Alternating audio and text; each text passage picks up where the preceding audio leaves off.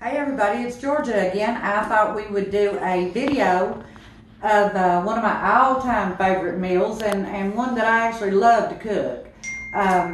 Most people would consider it a winter meal, but and it is, I guess, potato soup.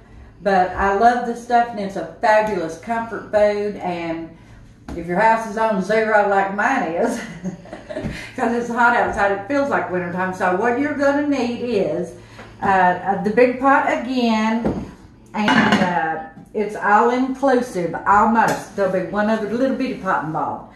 You're going to need chicken stock, and this is what they had: chicken stock, chicken broth. It's okay. You're going to need garlic pepper. They were out, so I got garlic powder and black pepper, and I'm going to make do. Same way with this. I wanted stock, but I got one broth, one stock. You're going to need onion powder, pack of bacon. You don't need all the bacon. Everything in this recipe is adjustable. I buy the steam bag broccoli because broccoli tends to be kind of stuffed and tough. I can't talk today. And I run it through the microwave to cook it some once, and then I can put it in my pot and finish it up, because by the time, if it cooks completely, it lets my potatoes get too soft, and I don't like that. You'll need sharp cheddar cheese. I wanted 16 ounces. I didn't have it, so I got a big one and a little one.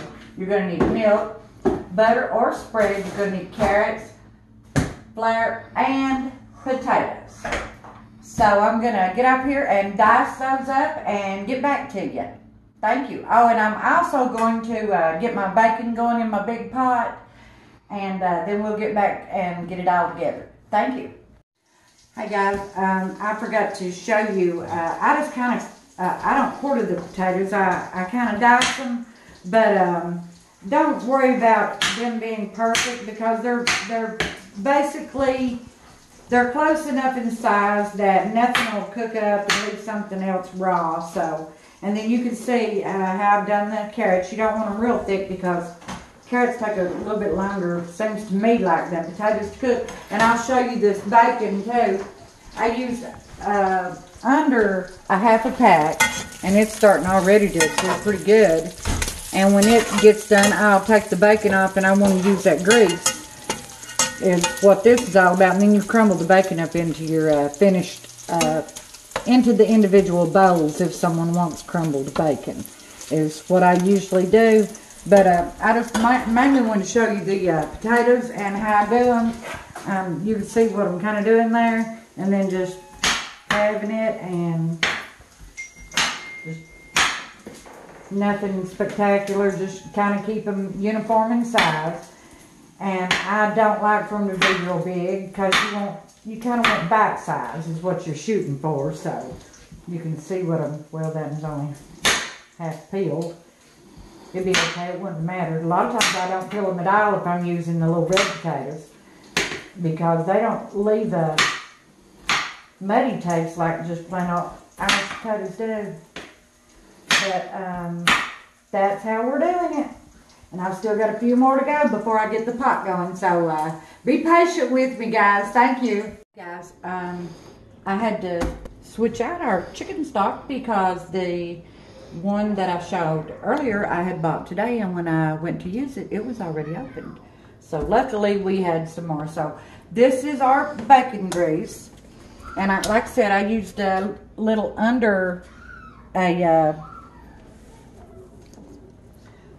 little under a half pack.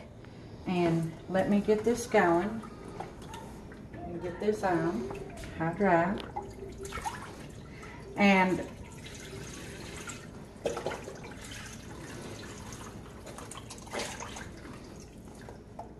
get that in there, and get this one in there. It opens differently.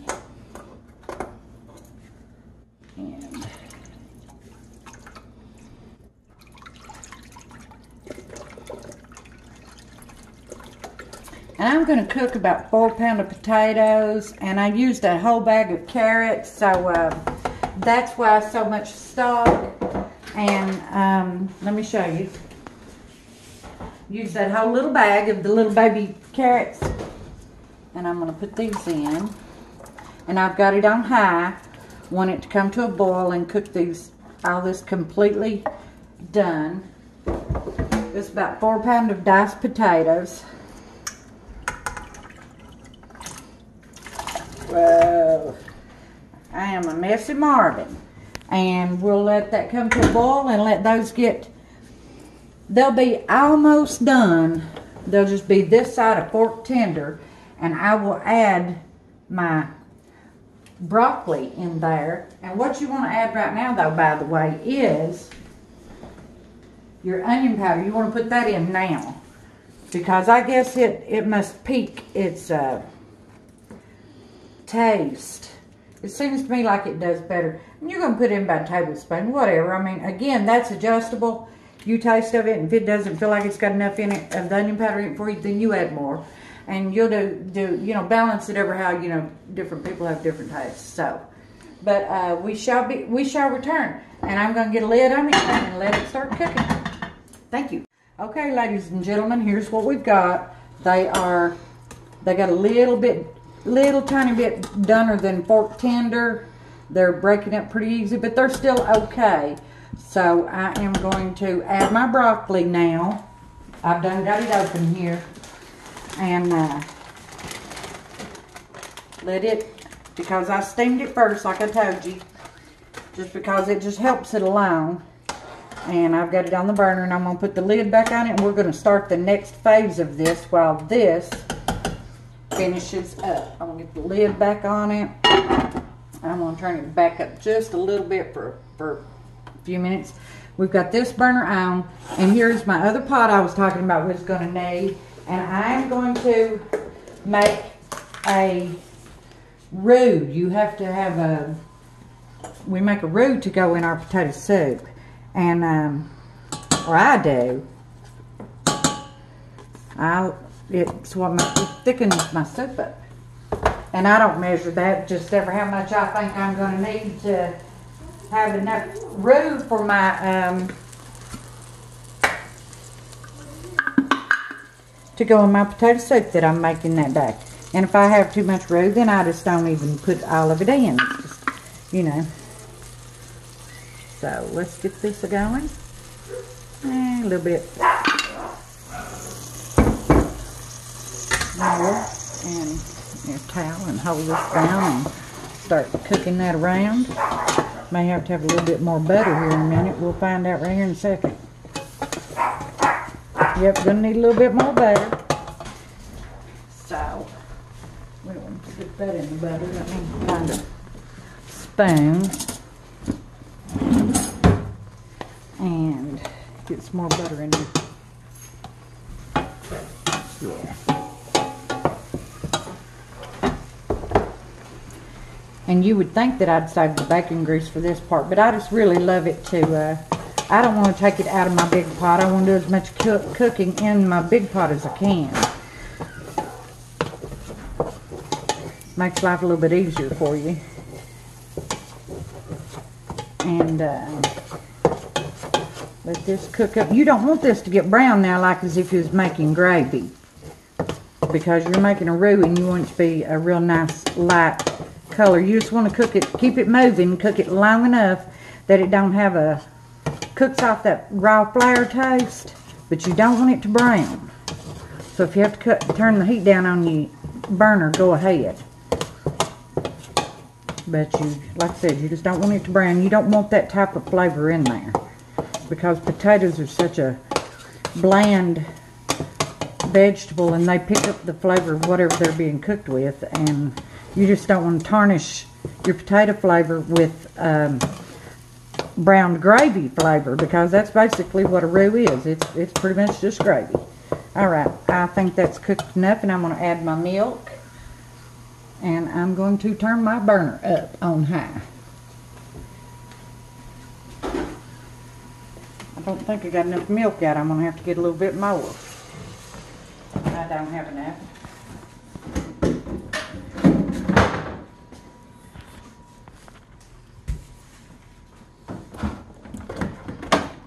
Thank you so much, my dear.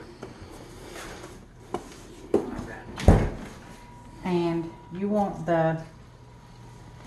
You don't want it thin either. You want your roux to be real thick because it's going in your pot of potatoes, and that's what thickens your potatoes up. But I think this is going to be about just right. Just gotta let it get its heat built up. And we will come back in a few minutes when it's a little bit more done, so you don't have to sit and wait on this, and show you the final touches. And here is the roux. You can see that it's white and it's pretty and it's real thick, and that's how you want it. Now I'm gonna turn it off and scoot it over here. Don't want it to burn. And then this is whenever you put in your garlic and your pepper and your cheese. So let's get our cheese in there. And get that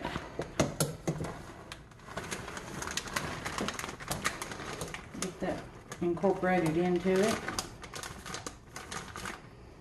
Next one bag, and let's do it together.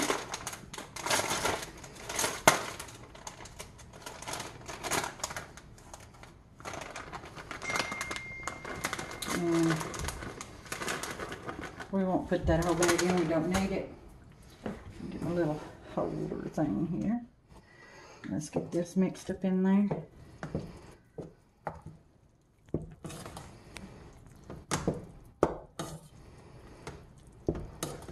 Isn't that pretty? All that orange. I think I will put the rest of the cheese in. Might as well. There's not enough to worry about. Can't really. Well, it's set out and kind of melted. Now there. There it comes. That's enough. And, oh yeah, look at that. Can't go wrong with bacon and cheese. There's a lot of foods I feel good about that you can't go wrong with. And right now is when I put in my garlic powder. Normally it would be garlic pepper. A good big dose of that. And we need our pepper in here.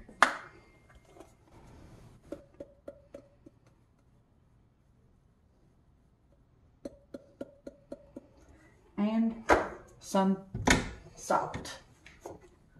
Alright.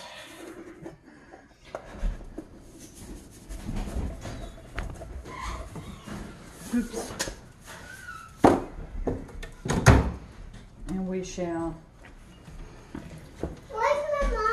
get it incorporated well, and then we will add it to our pot over here. I pulled off the burner because I got cheese on the burner.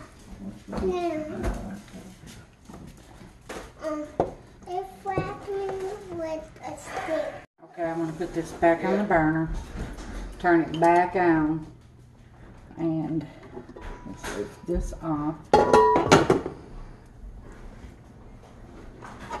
Oh, isn't that beautiful? Look at that. Now let's get her back on high and let it come back up again. And I'm going to put this right in there. Just add it right to your pot.